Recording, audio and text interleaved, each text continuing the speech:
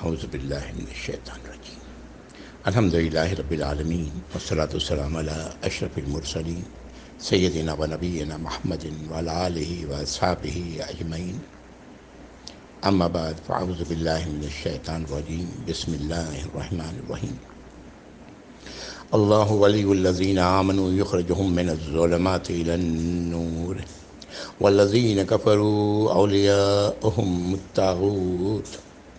اولیاؤہم الطاغوت یخرجونہم من النور الی الظلمات اولئک اصحاب النار هم فیہا خالدون۔ اللہم رب اشرح لی صدری ویسر لی امری واحلل عقدۃ من لسانی یفقہوا قولی، آمین یا رب العالمین۔ السلام علیکم ورحمۃ اللہ وبرکاتہ۔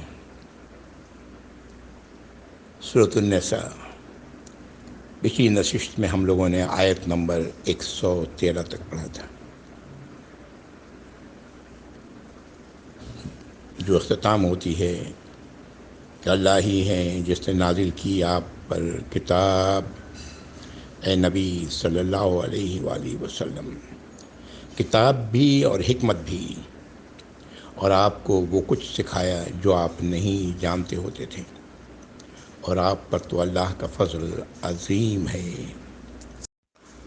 معذرت چاہتا ہوں، ہم لوگوں نے غالباً آیت نمبر 115 تک پڑھا تھا، جس میں یہ کہا گیا کہ جو شخص بھی ایمان والوں کے طریقے کو چھوڑ کر کوئی اور طریقہ اپنائے گا، اللہ تعالیٰ اسی راستے کی طرف اسے موڑ دیں گے اور اسے جہنم میں داخل کریں گے، جو بہت ہی برا ٹھکانہ ہے۔ اللہ تعالیٰ محفوظ رکھیں یا رب العالمین۔ آتے ہیں آیت نمبر 116 پر۔ اعوذ باللہ من الشیطان الرجیم۔ ان اللہ لا یغفر ان یشرک بہ ویغفر ما دون ذلک لمن یشاء ومن یشرک باللہ فقد ضل ضلالا بعیدا۔ بے شک اللہ تعالی نہیں معاف کریں گے اسے جو اللہ کے ساتھ شریک ٹھہراتا ہے، دوسروں کو یا کسی کو بھی اللہ کے ساتھ شریک بنا لیا ہے۔ اس کے علاوہ اللہ تعالیٰ جسے چاہیں گے معاف فرما دیں گے، اور جس نے شرک کیا اللہ کے ساتھ تو وہ تو بہت گمراہی میں مبتلا ہوا، اور گمراہی بھی وہ جو بہت دور کی ہے۔ یہ ہم لوگ آیت نمبر 48 اسی صورت میں پڑھ چکے ہیں، جو اسی طرح شروع ہوتی ہے، ان اللہ لا یغفر ان یشرک بہ ویغفر ما دون ذلک لمن یشاء، یہاں تک ہو بہو لفظ بلفظ یہی ہے۔ الٹ کے دیکھیں اور اس آیت کا اگلا ٹکڑا، ومن یشرک باللہ فقد افتری اثما عظیما، آیت نمبر 48 ہے کہ جس نے اللہ پر جھوٹ باندھا اس نے تو بہت ہی بڑا گناہ کیا۔ اللہ تعالیٰ محفوظ رکھیں۔ یہ شرک کے معاملے میں ایک صاحب مجھ سے فرمانے لگے، بھائی اپنے، کہ شرک کا ہم لوگوں سے کیا تعلق ہے، یہ تو ہندو ہیں جو پوجا پاٹ کرتے ہیں بتوں کی۔ ان کی معصومیت پر میں کیا کر سکتا تھا سوائے مسکرانے کے۔ شرک کا تعلق تمام انسانوں سے ہے، اور کئی بار انسان کو پتہ بھی نہیں چلتا۔ موٹے لفظوں میں آپ کو شرک کی بات اس طرح سمجھیں کہ انسان کو اللہ کے برابر کر دینا، یا کسی مخلوق کو اللہ کے برابر کر دینا۔ وہ تمام صفات جو اللہ کی ہیں کسی مخلوق کو، یا کسی ایک صفت کو کسی مخلوق کے ساتھ جوڑ دینا۔ رزق دینے والی ذات اللہ کی ہے، ہم یہ سمجھیں کہ یہ آدمی یا یہ شخص یا یہ ذریعہ مجھے رزق دے رہا ہے، میں کام کرتا ہوں تو مجھے رزق ملتا ہے۔ یہ کیا ہے؟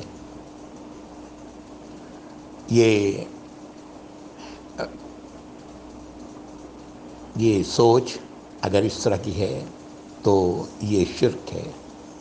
دوسری طرف اللہ کو انسان کے جیسا تصور کرنا، جیسے کہ انسان یا کوئی بھی ہستی سب چیزوں کا علم نہیں رکھتی، کوئی انسان بادشاہ ہر چیزوں کا علم نہیں رکھتا تو اس نے وزراء رکھے ہوئے ہیں، الگ الگ وزیر ہیں۔ اگر کسی بڑے شخص کے پاس پہنچنا ہے تو ذریعہ چاہیے، اس کے ذریعے پہنچا جا سکتا ہے۔ یہ وہ تصور ہے جو اللہ کے بارے میں لوگوں نے رکھا اور آج بھی ہے۔ لوگ سمجھتے ہیں کہ میں تو گناہ گار ہوں، میری دعا اللہ تک کیسے پہنچے گی، تو ان کے پاس جاؤ، یہ پہنچا دیں گے۔ یہ ہے انسان کو اللہ کے برابر کرنا، یا اللہ کو انسان کے برابر کرنا، جیسے بھی سوچیں آپ، دو طرح سے سوچ سکتے ہیں۔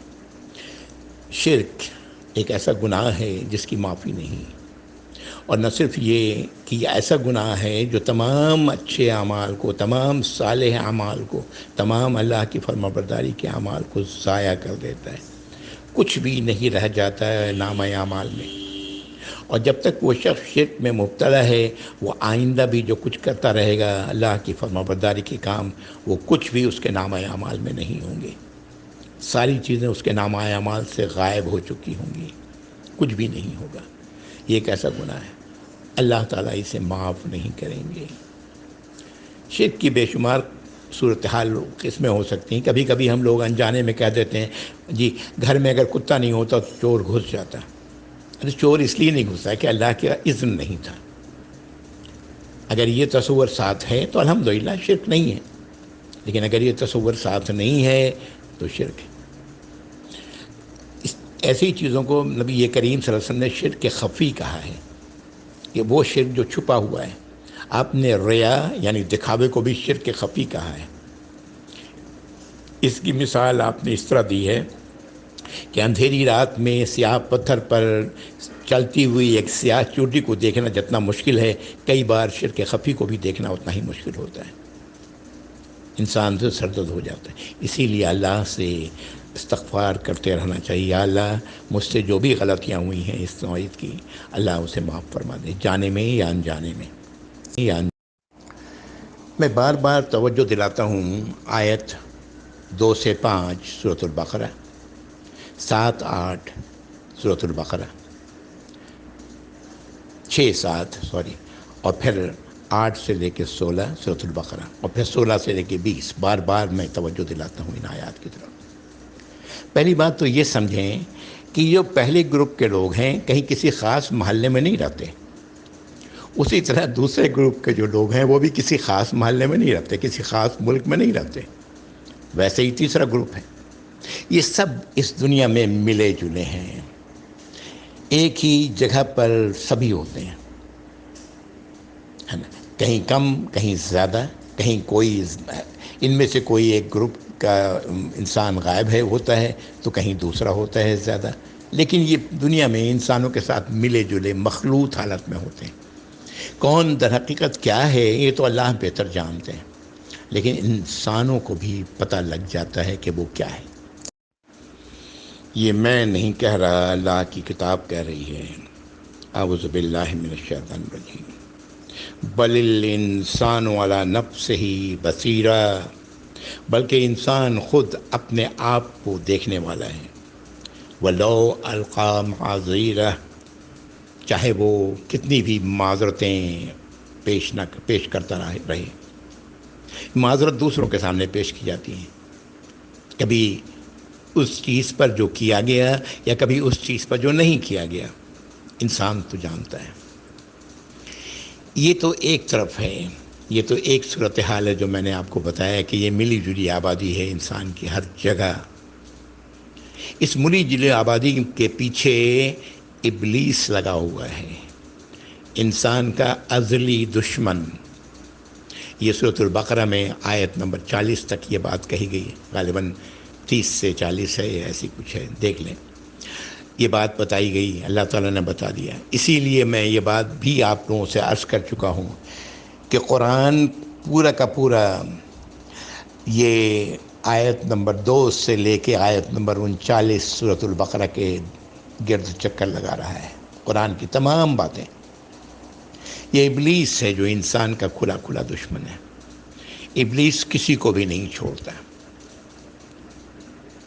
تیسرے گروپ کے لوگ جو ہیں، ابلیس اس سے مطمئن ہے کہ یہ اللہ کے شدید سزا کے مستحق ہونے والے ہیں، لیکن پھر بھی وہ کوشش کرتا رہتا ہے کہ کسی طرح سے شرک ان لوگوں کو شرک میں مبتلا کریں، اور بہت ساری صورتوں میں وہ کامیاب بھی ہوتا ہے کہ یہ اللہ کے ہاں ان کی کچھ بھی کوئی عمل بھی ان کے قبول نہ ہو۔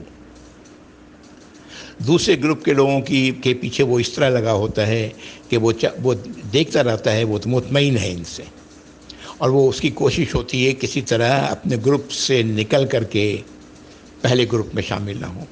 اسی طرح تیسرے گروپ کے لوگوں کے ساتھ بھی لگا رہتا ہے کہ وہ اپنے گروپ سے نکل کے کہیں پہلے گروپ میں شامل نہ ہو جائیں، اور جہاں تک پہلا گروپ ہے اس پر تو شیطان کی پوری توجہ ہوتی ہے، وہ چاہتا ہے کسی طرح انہیں نکال کر کے دوسرے یا تیسرے گروپ میں ڈالیں۔ اس کی سب سے بڑی یہ کوشش ہوتی ہے کہ ان سے شرک کروا دیں تاکہ ان کے اگلے پچھلے تمام نیک اعمال، تمام صالح اعمال ضائع ہو جائیں۔ نبی کریم صلی اللہ علیہ وسلم فرمایا کہ شیطان جسم میں خون کی طرح دوڑ رہا ہے، مجری بالدم، جیسے خون دوڑتا ہے اس طرح شیطان دوڑ رہا ہے۔ ہر انسان کے اندر کی کیفیت جانتا ہے، وہ جانتا ہے کہ کہاں کس کو کس جگہ چھیڑا جا سکتا ہے، اور وہ چھیڑتا رہتا ہے۔ لیکن پہلے گروپ کے جو لوگ ہیں، وہ لوگ جو اپنے ایمان میں پکے ہیں، اللہ پر توکل کرنے والے ہیں، یہ قرآن اللہ تعالیٰ کہتے ہیں شیطان ان کا کچھ نہیں بگاڑتا۔ کیوں؟ اس لیے کہ شیطان کا وار کا طریقہ وسوسہ ہے۔ جب وہ وسوسہ ان کے اندر آتا ہے غلط، تو فوراً وہ اللہ کی پناہ لے لیتے ہیں، اعوذ باللہ من الشیطان الرجیم، یا اللہ میں آپ کی پناہ میں آ گیا، مجھے بچائیں، اور اللہ تعالیٰ بچاتے ہیں۔ وہ وسوسوں کو موقع نہیں دیتا غلط قسم کے وسوسوں کو پالنے کا، اس لیے کہ اگر اس نے پالا تو یہ پھر وہ وسوسے اسے کہیں سے کہیں لے کے چلے جائیں گے۔ ہو سکتا ہے دوسرے گروپ میں لے کے چلے جائیں، ہو سکتا ہے تیسرے گروپ میں لے کے چلے جائیں۔ اللہ تعالی ہم سب کو محفوظ رکھیں۔ یہ بات میں نے اس لیے بتائی کہ جو لوگ پہلے گروپ میں اپنے آپ کو دیکھتے ہیں، انہیں ہوشیار رہنے کی ضرورت ہے، بہت ہی زیادہ ہوشیار رہنے، اس لیے کہ شیطان وہ ہے، اللہ تعالیٰ نے قرآن میں فرمایا ہے کہ وہ تمہیں وہاں سے دیکھ رہا ہوتا ہے جہاں سے تم اسے نہیں دیکھ سکتے، یعنی اندیکھے دشمن سے بچنا آسان کام نہیں ہے۔ اور شیطان کے پاس اس کے علاوہ کچھ نہیں ہے کہ وہ دلوں میں وسوسے ڈال کر کے پھر انسان سے وہ کچھ کرواتا ہے جیسے وہ چاہتا ہے۔ اللہ تعالیٰ محفوظ رکھیں ہم سب کو ایسی حالت سے۔ میں نے کہا یہ وضاحت بھی کرنی ضروری ہے کہ ہم جان لیں، ہم مطمئن نہ ہو جائیں کہ ہم نماز کے قائم کرنے والے ہیں اور ہم اللہ کی دی ہوئی رزق میں سے خرچ کرنے والے ہیں، اور ہم آخرت پر یقین رکھتے ہیں۔ وہ آخرت کی یقین پر حملہ کرتا ہے، وہ ایمان پر حملہ کرتا ہے ابلیس۔ اعوذ باللہ من الشیطان الرجیم، اے اللہ میں آپ کی پناہ میں آتا ہوں شیطان مردود سے۔ اگلی آیت نمبر 117۔ اعوذ باللہ ان یدعون من دونہ الا اناسا وان یدعون الا شیطانا مریدا۔ اللہ تعالیٰ فرمانا ہے کہ یہ لوگ نہیں دعائیں کرتے مگر ان سے جو مؤنث ہیں، واضح کرتا ہوں، اور یہ نہیں دعائیں کر رہے ہوتے سوائے شیطان کے جو مردود ہے، رد کیا ہوا ہے۔ اللہ تعالیٰ یہ بات کر رہے ہیں ان لوگوں کی جو اللہ کے ساتھ شریک ٹھہرانے والے ہیں، کہ جا کے یہ دعائیں کرتے ہیں الگ الگ مقامات پر، الگ الگ جگہوں پر۔ وہ یہ سمجھتے ہیں کہ ان کی دعا یہاں سے اگر کریں گے تو اللہ تعالیٰ کو سنائی نہیں پڑے گی، نعوذ باللہ۔ یہ تو اللہ تعالیٰ فرمانا ہے کہ یہ عورت سے دعا کرتے ہیں۔ اصل میں مکے کے لوگوں کے بت جو تھے، لات، عزا وغیرہ، یہ سب مؤنث تھے، عورتوں کے بت بنائے ہوئے تھے۔ اس کے علاوہ یہ فرشتوں سے دعائیں کرتے، فرشتوں کو اللہ کی بیٹیاں کہتے ہیں۔ تو اللہ تعالیٰ فرمانا ہے کہ یہ دعائیں ان سے کرتے ہیں، لیکن در حقیقت ان سے دعائیں نہیں کر رہے ہیں، بلکہ یہ شیطان سے دعائیں کر رہے ہیں جو مردود ہے، جو رد کیا گیا ہے۔ اگلی آیت، لعنت اللہ وقال لأتخذن من عبادک نصیبا مفروضا۔ وہ شیطان جس پر اللہ نے لعنت کی ہے اور جس نے یہ بات اللہ سے کہی ہے کہ میں آپ کے غلاموں کو آپ کے بندوں کو، انسانوں اور جنوں کو ان میں سے ایک حصہ لے کے رہوں گا، ایک ایسا حصہ جو مختص کیا گیا ہے، فرض کر دیا گیا ہے، وہ میں لے کے رہوں گا، یعنی اپنے پیچھے انہیں لگا کے رہوں گا۔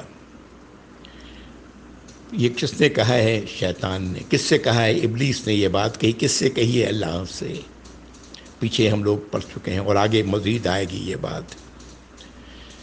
اگلی آیت، وَلَأُضَلِّنَّهُمْ وَلَأُمَنِّيَنَّهُمْ وَلَآمُرَنَّهُمْ فَلَيُبَتِّكُنَّ آذَانِ الْأَنْعَامِ وَلَآمُرَنَّهُمْ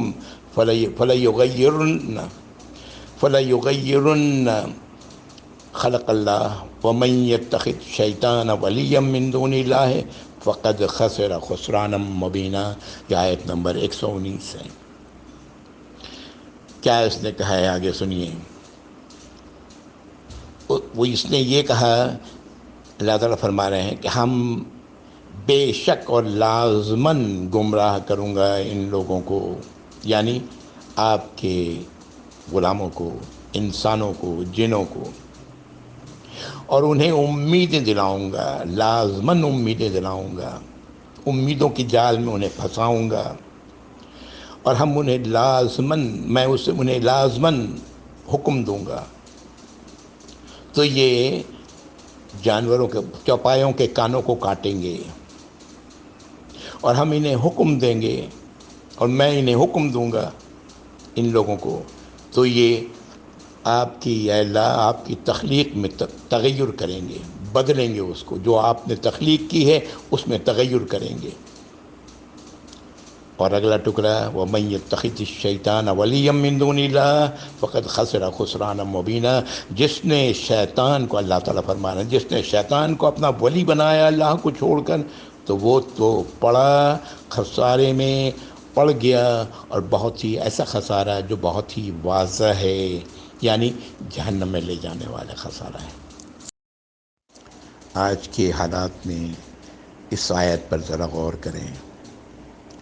وہ کیا باتیں ہیں جو ابلیس نے اللہ سے کہیں، اور کس شد و مد کے ساتھ کہیں کہ میں انہیں لازماً گمراہ کروں گا، انہیں لازماً امیدوں کے جال میں الجھاؤں گا، انہیں لازماً حکم دوں گا، تو یہ جانوروں کے چوپایوں کے کانوں کو کاٹیں گے، انہیں حکم دوں گا، لازماً حکم دوں گا، تو اللہ کی خلق میں تبدیلی کریں گے۔ آج جین اور جین میں کس طرح تبدیلیاں کی جا رہی ہیں آپ جانتے ہیں۔ کلوننگ، بتانے کی ضرورت نہیں ہے، صرف اشارہ کر رہا ہوں میں، زیادہ وضاحت کی ضرورت نہیں۔ کلوننگ آپ جانتے ہیں کہ یہ کیا ہے؟ ہاں، یہ G M food, genetically modified food, یہ کیا ہے؟ یہ سب جین میں تبدیلی کی گئی ہے، اس جین میں جو اللہ تعالیٰ نے ہر مخلوق کے لیے الگ الگ بنایا ہے۔ آج یہ تبدیلیاں کی جا رہی ہیں، اس کے نتائج کیا ہیں تبدیلی کرنے والوں کو بھی کوئی پتہ نہیں۔ وہ بیٹھے وہ دیکھ رہے ہیں اس کے نتائج کیا اور کیا نمودار ہوتے ہیں۔ یہ ساری چیزیں کیا ہیں؟ یہ کس امید میں کی جا رہی ہے اور کس کے حکم پر کی جا رہی ہے؟ قرآن 1400 سال پہلے نازل ہوا ہے، اور آج یہ سب کچھ ہم دیکھ رہے ہیں۔ اللہ تعالیٰ ہمیں سمجھ عطا فرمائے یا رب العالمین۔ شیطان کو اپنا اصلی دشمن سمجھیں، شیطان کے وسوسوں کو سے اس طرح نکال پھینکیں اپنے دل و دماغ سے، جیسے کہ ہم کوئی گندی چیز کوڑے کرکٹ پر ڈالتے ہیں۔ اللہ تعالیٰ ہم سب کو محفوظ رکھیں۔ آیت نمبر 120، وَيَعِدُهُمْ وَيُمَنِّيهِمْ وَمَا يَعِدُهُمُ الشَّيْطَانُ إِلَّا غُرُورًا۔ اللہ تعالیٰ صاف لفظوں میں فرما رہے ہیں کہ وہ ان لوگوں کو سے وعدے کر رہا ہے، ان لوگوں کو امیدوں کی جال میں پھنسا رہا ہے، اور نہیں ہے وعدے شیطان کے مگر دھوکے کے۔ یہ سب دھوکہ ہے، یہ وعدے دھوکہ ہیں، یہ امیدیں دھوکہ ہیں۔ مت پیچھے لگو شیطان کے، مت بناؤ۔ اگر تم نے بنایا تو تم نے اپنے آپ کو ایک ایسی کھلی گمراہی میں، خسارے میں ڈال دیا۔ تمہارا ٹھکانہ جہنم ہے پھر ایسی حالت میں۔ اگلی آیت میں اللہ تعالیٰ وعدہ بھی کر رہے ہیں، اولئک مأواہم جہنم، ان سب کا ٹھکانہ جہنم ہے، ولا یجدون عنہا محیصا، اور اس سے چھٹکارے کا، اس سے جہنم سے بھاگنے کا کوئی راستہ نہ پائیں گے۔ دوسری طرف وہ لوگ جو واقعتاً ایمان والے ہیں اور واقعتاً اللہ کے ہدایات پر عمل کرنے والے ہیں۔ آیت نمبر 122، والذین آمنوا وعملوا الصالحات سندخلہم جنات تجری من تحتہا الانہار، اور وہ لوگ جو ایمان لائے، اللہ کی باتوں کو دل کی گہرائی سے تسلیم کیا، وہ عملوا الصالحات، اللہ کی ہدایات پر عمل کرتے رہے، سندخلہم جنات تجری من تحتہا الانہار، ہم انہیں داخل کریں گے ایسے باغات میں جس کے نیچے نہریں بہہ رہی ہیں، خالدین فیہا ابدا، اس میں وہ رہیں گے ہمیشہ ہمیشہ۔ وعد اللہ حقا، اللہ کا وعدہ سچا ہے۔ ومن اصدق من اللہ قیلا، اور کس کی بات اللہ کی بات سے زیادہ سچی ہو سکتی ہے۔ یہ جنت ہے جس کا ذکر کیا گیا، وہ گروہ جو شیطان کے پیچھے لگا، شیطان کو اس نے اپنا ولی بنایا، اپنا دوست بنایا، اپنا حمایتی بنایا، اپنا مددگار بنایا، اس کے لیے تباہی ہے۔ اللہ تعالی ہم سب کو اس سے محفوظ رکھے یا رب العالمین۔ نبی کریم صلی اللہ علیہ وسلم نے ایک حدیث میں وضاحت کی ہے کہ جہنم 9,000 میں سے 999 لوگ جہنم کے لیے منتخب کیے جائیں گے، ایک جنت میں جائے گا۔ یہ ہے وہ ریشیو 1000 میں سے ایک جو 2 سے 5 کے درمیان ہوں گے۔ ہمیں کوشش کرنا چاہیے کہ ہم اس ایک میں رہیں، ورنہ تباہی ہے، اس لیے کہ شیطان انسانوں کو چھوڑنے والا نہیں ہے۔ وہ کہہ چکا میں ایک حصہ لے کر جاؤں گا، اپنا حصہ لے لوں گا۔ اللہ تعالیٰ اس سے ہم سب کو محفوظ رکھیں۔ آیت نمبر 123، اعوذ باللہ من الشیطان، لیس بامانیکم ولا امانی اہل الکتاب، نہ تمہاری امیدیں، تمہاری خواہشیں، تمہاری آرزوئیں، اور تمہاری سے مراد ایمان والے، وہ جو قرآن پڑھ رہے ہیں، ولا امانی اہل الکتاب، اور نہ یہ آرزوئیں اور تمنائیں اہل کتاب کی، یعنی یہ دونوں آرزوئیں کوئی اثر نہیں رکھتی۔ جو اصل بات ہے وہ یہ ہے، من یعمل سوءا یجز بہ ولا یجد لہ من دون اللہ ولیا ولا نصیرا، جس نے بھی برے عمل کیے ہیں اس کا بدلہ اسے مل کے رہے گا، اور وہ نہیں پائیں گے اللہ کے سوا کسی اور کو اپنا ولی اور اپنا مددگار۔ ہر ایک کو اس کے کیے کا بدلہ مل کے رہے گا۔ یہ آیت سن کر کے ظاہر ہے صحابہ بھی گھبرا گئے۔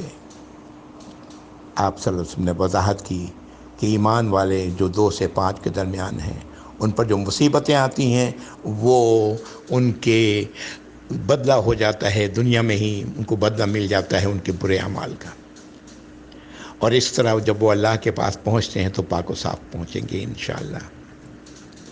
اور جہاں تک دوسروں کا ہے، یعنی 6 اور 7 والوں کا، یا 8 سے لے کے 16 والوں کا، تو ظاہر ہے ان کا معاملہ تو ہم جان چکے ہیں۔ اگلی آیت 124، وَمَن يَعْمَلْ مِنَ الصَّالِحَاتِ مِن ذَكَرٍ أَوْ أُنثَىٰ وَهُوَ مُؤْمِنٌ فَأُولَٰئِكَ يَدْخُلُونَ الْجَنَّةَ وَلَا يُظْلَمُونَ نَقِيرًا، جو عمل کرے گا صالح، یعنی اللہ کی ہدایات کے مطابق، مردوں میں سے بھی اور عورتوں میں سے، یا وہ مردوں میں سے ہو یا عورتوں میں سے ہو، اور وہ ہو ایمان والا، یہ ایمان والے سے مراد 2 سے 5 والا ایمان ہے، وہ ایمان والا، تو یہ وہ لوگ ہیں جو جنہیں داخل کیا جائے گا جنت میں،